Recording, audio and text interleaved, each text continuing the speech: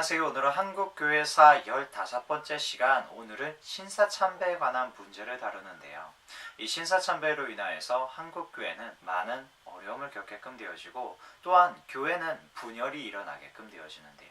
오늘은 이 일제의 신사참배 강요부터 한번 보면은 그 시작은 교육계의 강요가 먼저 시작되어졌는데요. 1931년 만주사변을 일으킨 일본은 사상 통일을 위해 각종 행사를 개최하면서 신사참배를 강요하였는데, 그 시작은 교육계였어요. 이 평양 기독교계 사립학교장 신사참배 거부 사건이 있었는데, 1935년 11월 평남 중등학교 교장 회의에서 도지사의 신사참배 요구가 있자 신앙 양심을 이유로 거부하는데요. 이 학교장 및 학생들의 참배 여부 회부에 따라 강경책을 불사하겠다는 총독부의 방침에 따라 안식교회 음영학교장은 굴복했으나, 이 숭의 여학교 스누쿠와 숭실의 맥교는 반대하다가 파면을 당하는데요. 이 교육계의 신사참배 문제가 일단락된 이 1938년부터는 이 기독교에 대한 지도 대책을 세워 일반 교도들의 신사참배를 지도 강화하기 시작하는데요. 그것에 대한 이 교회의 대응과 결과의 모습을 보면은 이 장로교 총회 신사참배 청원서 제출 시도가 있었는데요. 이 1932년 9월 제21회 장로회 총회에서 기독교계 학교 신사참배 문제를 거론하여 불가 방침을 정하고 총독부와 교섭을 위해 차재명, 유억경, 마펫을 선출하는데요. 이 노회의 결의는 무엇이냐면은 1935년에 신사참배 거부 사건 이후에도 평남 노회는 폐교할지라도 신사참배는 할 수 없다고 만장일치 결의를 내는데요. 이 평양 노회도 거부 결의를 하고자 했으나 평양경찰서의 금지 명령으로 개최하지 못하는데요. 그러면은 이 신사참배에 대한 장로교 선교부의 정책을 한번 살펴보면은, 북장로교 선교부는 강경론이 우세하여 1938년 교육 인퇴를 결의하였으나 소수의 반대자들을 불복하여 일제 순응하게끔 되어지는데요. 이 남장로교 선교부는 1937년 9월에 학교 폐교를 결정하고 여러 학교가 문을 닫고, 남장로교 선교부는 가장 강경한 반대 입장을 표명하는데요. 이 호주 장로교 선교부는 선교부 소속 모든 학교 폐쇄를 결의하고 폐쇄를 하게끔 되어지고요. 이 캐나다 연합교회 선교부는 초기에는 단호히 신사참배를 거부하였지만 일제의 강요가 강해짐에 따라 선교사들의 의견이 차츰 분열되기 시작하고, 논의 끝에 캐나다 선교부는 그 지역 한국 장로교회의 지지를 받아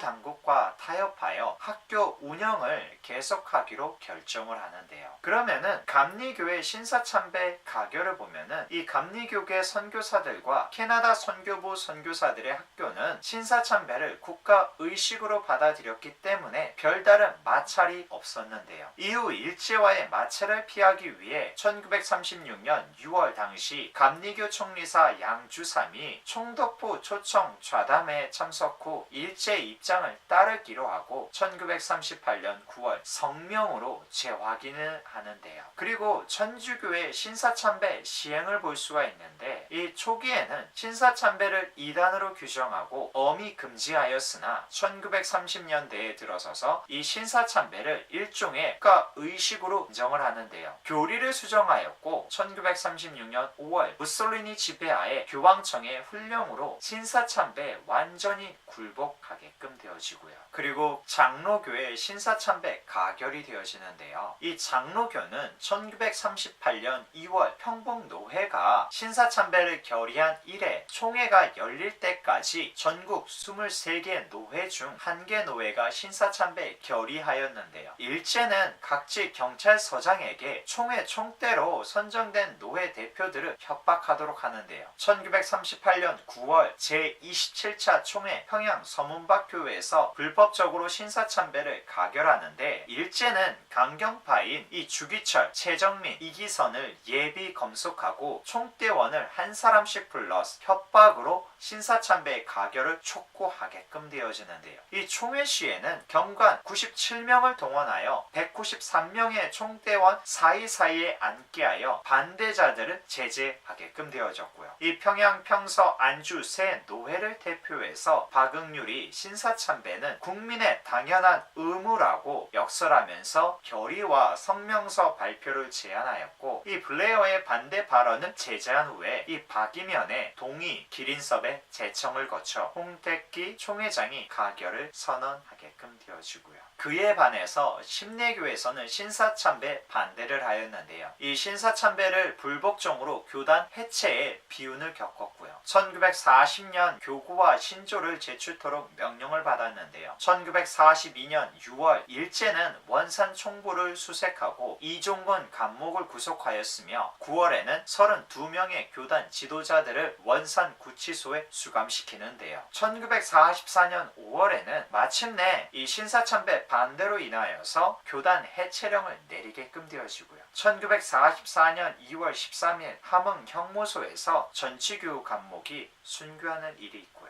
그 외에 구세군, 성공회 등 대부분의 파들이 일제에 굴복하여 일찍부터 신사참배에 순응을 하게끔 되어졌는데요. 이렇게 일제의 신사참배가 계속되어지고 또한 중일전쟁을 일으키게끔 되어지면서 이 선교사들의 철수가 이루어지게끔 되어지는데요. 이 일제는 중일전쟁을 일으키면서 미국, 영국과 마찰을 빚었고요. 이는 일제와 영미권 선교사들과의 관계도 악화가 되어지는데요. 이 선교사들 사이에서도 신사참배에 굴복한 한국교회에 대해 우상숭배한 것이라고 한 이들과 또한 동정적인 이들로 양분이 되어지는데요. 1940년 10월 미국 국무부는 대다수의 미국인을 철수하도록 지시를 하는데요. 이에 장로교와 감리교 선교사들이 호응하여 11월 16일 마리포사호를 타고 귀국하시게끔 되어지고요. 그리고 남아있던 선교사들도 1941년 12월 8일 태평양 전쟁이 발발하기 전에 대부분 귀국하게끔 되어지는데요. 그런데도 이 남아있던 37명의 선교사들은 가택연금을 당하시거나 아니면 또는 수용소에 갇히는 이런 수모를 당하게끔 되어지는데요. 귀국한 선교사들의 활동을 보면은 대다수는 통산적인 선교 사업 및 교회 활동을 계속 하시게끔 되어지고 라디오 방송을 통해 한국인들에게 전쟁의 진행 상황을 알리거나 미국 정보기관에 한국 관련 정보를 자문하게끔 되어졌고요. 이 신사참배 문제로 인하여서 이 장로교는 국민정신총동원 조선예수교 장로회 연맹을 결성하는데 이 신사참배 가결 이듬해인 1939년 9월 총회에서 이 국민정신총동원 조선예수교 장로회 연맹을 결성하는데 이것은 무엇이냐면은 일제의 국책 수행에 협력할 것을 다짐하는 이런 모습인데요. 이 총회 중앙상치위원회 조직을 또한 하는데요. 이 1940년에는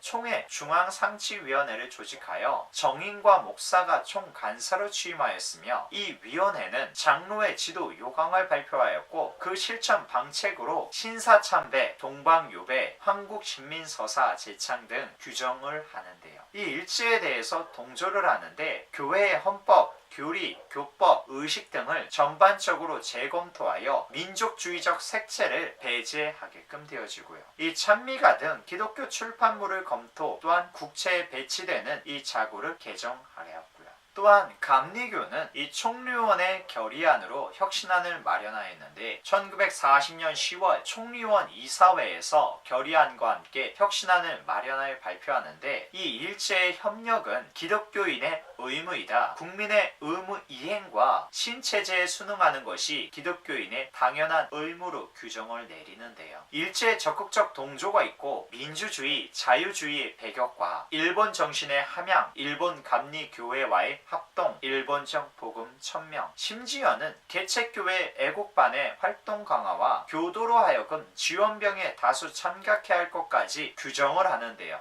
이렇게 교회가 직접적으로 나서서 일제에 순응하고 또한 일제 정책에 적극적으로 가세하는 이런 모습들이 또한 많이 일어나는 반면 이런 신사참배에 대하여서 또한 일제에 대하여서 항거하는 운동 또한 있었는데요.